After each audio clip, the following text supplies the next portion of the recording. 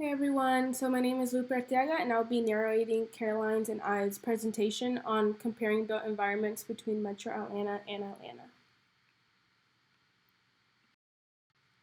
So the background of our presentation, so we decided to do two specific environments to compare. So we're actually doing a residential area in Riverdale, Georgia, and then a residential area in Atlanta, Georgia. So they're very different built environments with like various differences and exposures to air pollution. We'll also be comparing like the transportation between like the different commuters. So some people actually do have longer commutes than others when coming to like Georgia State. While Riverdale is not as far, like there are still a lot of like circumstances that they face when commuting to Georgia State. So like air quality in these residential areas greatly differ because of contributing factors like access to public transportation, traffic flow, and proximity to highways. So we'll be focusing a lot more on like these different factors that contribute to someone's like daily commute, along with individuals who actually live on campus and at Georgia State, and like the environmental issues that they face when walking to like class or like just different areas throughout campus. So basically, the methods that we use to help us like analyze the data that we'll be using. So we actually had like data collected from surveys, and this was actually from the Atlanta Regional Commuter Services. So they actually have a website where they break down like data that talks about like how long people typically take to commute, or like usually like when traffic occurs the most, like depending on the time, whether it's like in the morning or late afternoon. So we also talk about the built environment in downtown Atlanta. So like different construction things that are going on, like Georgia State University pedestrians, which are currently like Georgia State staff or students, and just different things that they currently face when like walking to these classes. So there's also different methods of transportation, whether it's like public transportation or like taking the MARTA, along with like driving, carpooling. Even some people can even like walk to depending where they like live. So if they live on like campus, like they usually like walk to classes, or take like the shuttle, the Georgia State bus. And then along with like we'll also be talking about like Caroline's neighborhood and how it differs from having to like deal with those who actually live on campus compared to people who commute like Caroline. So here you actually see like two maps. So it actually like demonstrates, so like the map to the left will demonstrate like the different types of transportation to work. So this actually includes like people who work and use public transportation, as like I mentioned earlier. So we're comparing like Fulton and Clayton County. So like in Fulton you can see like 7.19%. And for Clayton it's 2.57%. So the percentages aren't that like high compared to like the map on the right, where it's still comparing the same like Fulton and Clayton.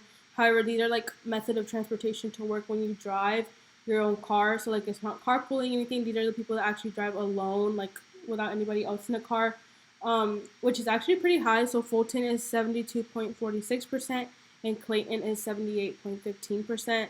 And these is actually data collected by like the CDC.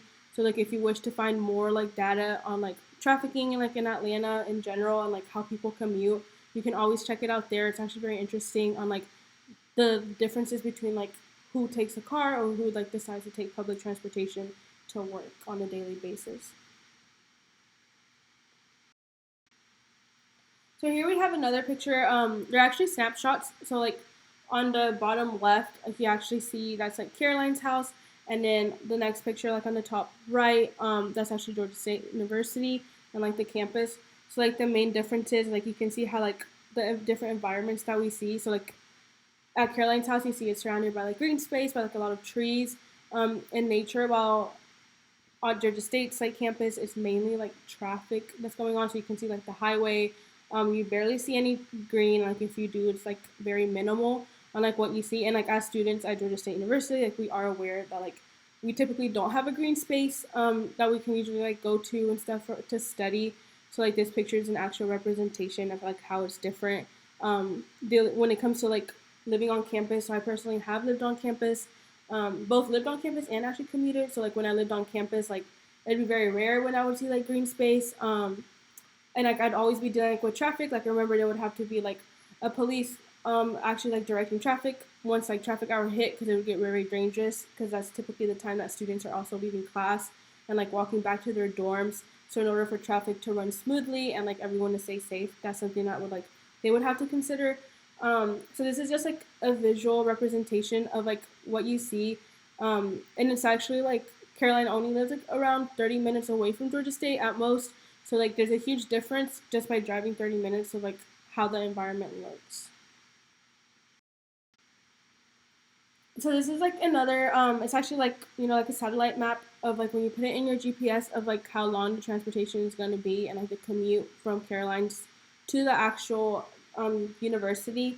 So like you see like it shows like 20 to 30 minutes, but you have to keep in mind like this is like average. Typically like oh there'll be more time depending on the time that Caroline leaves like campus to go back home or home to go to campus. So we just want to show you like how you can actually see like all the little aspects that come into consideration when driving to campus. You also see like more highways once you start getting more towards the common. Like it's not as much green space as I mentioned earlier. So different things to keep in mind when it comes to how like the environment can be affected through these factors. So this is just like an image that we wanted to show.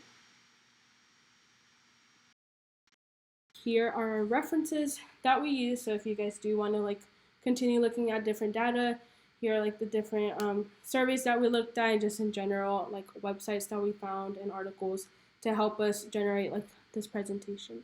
Thank you.